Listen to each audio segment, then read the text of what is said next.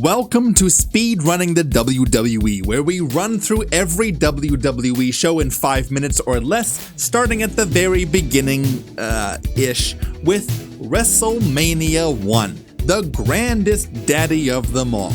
We kick things off with a 35-year-old Howard Finkel sporting an 80-year-old man's haircut, holding a massive microphone contraption that couldn't be more in the way. Mean Gene then sings the national anthem, reading the lyrics from a cue card, which is kind of hilarious, but it turns out the scheduled celebrity singer no-showed the event, so Okerlund stepped in. We don't know who it was supposed to be, but Okerlund more than holds his own. We then go backstage to Mean Gene, the apparent MVP of Wrestlemania 1. Tito Santana cuts a promo about how mysterious the Executioner is. We then turn slightly to the left and see the Executioner, who I guess was standing right beside him the whole time. The Executioner loses to a figure 4, but no tap out can be seen. The first ever screw job in professional wrestling, but it's not the excellence of execution, it's just the Executioner, so nobody minds. King Kong Bundy then counts to 5, which is about as long as his match with SD Jones turns out to be. Finkel tells us it was a 9-second match, but the lie detector test determined that was a lie.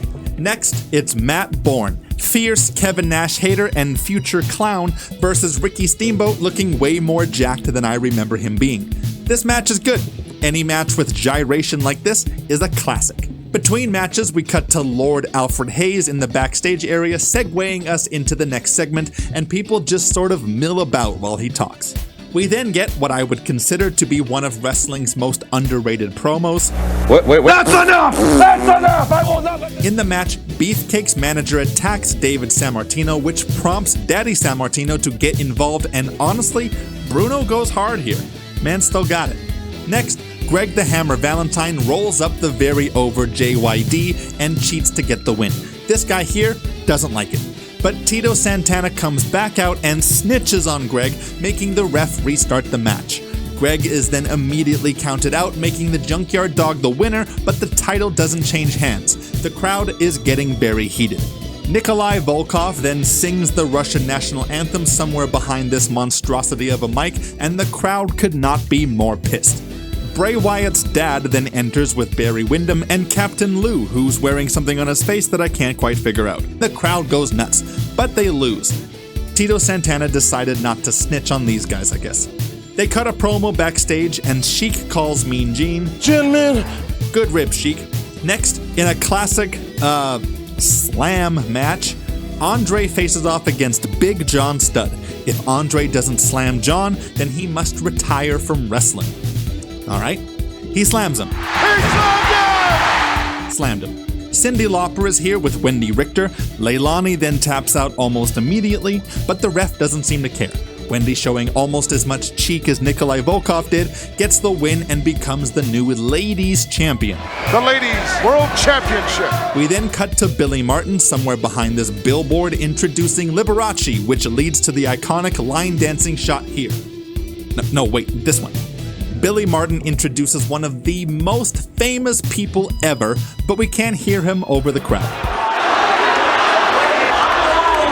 Who? Muhammad Ali, Gino. Alright. Thanks, Ventura. Hot Rod, looking as charismatic as ever, enters with Mr. Wonderful and the father of the then 5-year-old Randy Orton.